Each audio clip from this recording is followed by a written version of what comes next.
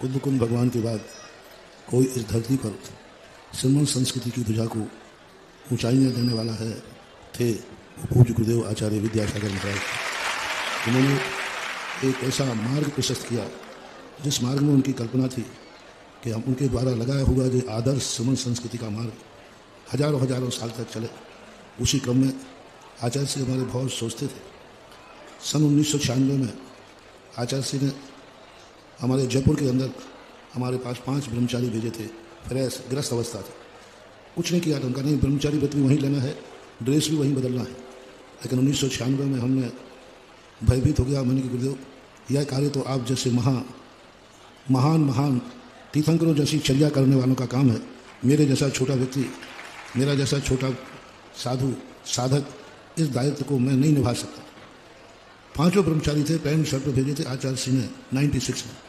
मैंने क्षमा याचना के साथ अपनी लघुता व्यक्त करता हुआ गुरुदेव के चरणों में प्रेषित किए, वापस किए थे।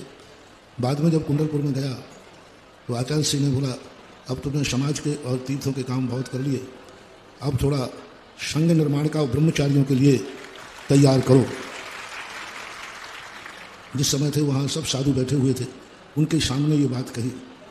मैंने फिर उनकी तरफ आंख उठा के भी नहीं देखा, मैं उनकी चरणों की तरफ देखता रहा।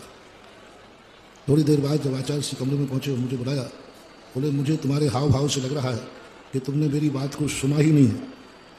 तो मैंने कहा जी, मतलब नहीं सुना। फिर उन्होंने कहा कि क्या मेरा सोचना व्यर्थ है? मैंने कहा व्यर्थ तो नहीं है, लेकिन मैं असमर्थ हूँ। तब उन्होंने फिर उसके बाद चर्चा चलते चलते आचार्य से जब बिहार करके पहुँचे, डोली से कुंडलपुर के पास में हम वहाँ पहुँचे। सामायिक के बाद 1:30 बजे प्रसाद सागर जी महाराज बुलाने आए। अजय सागर जी महाराज वहाँ बैठे थे और मेरे को समझाया कि मैं आपको 3 बार बोल चुका हूँ, लेकिन तुम मेरी बात पर कोई गौर नहीं कर रहे। मैंने कहा महाराज जी, मैं अपने आप को इतना समर्थ नहीं समझता हूँ। तो आचार्य ने कहा, क्या तुम गुरु से बड़े हो? क्या तुम गुरु से ज़्यादा सोचते हो? गुरु ने जब योग्यता देख ली है तो योग्यता को छुपाना भी अपराध है। ये शब्द आचार्य जी के थे। फिर मैंने आचार्य से कहा, मैंने कहा ये काम आप करें और फिर संत जो साधु बने उनको दे देना, मैं रख लूँगा।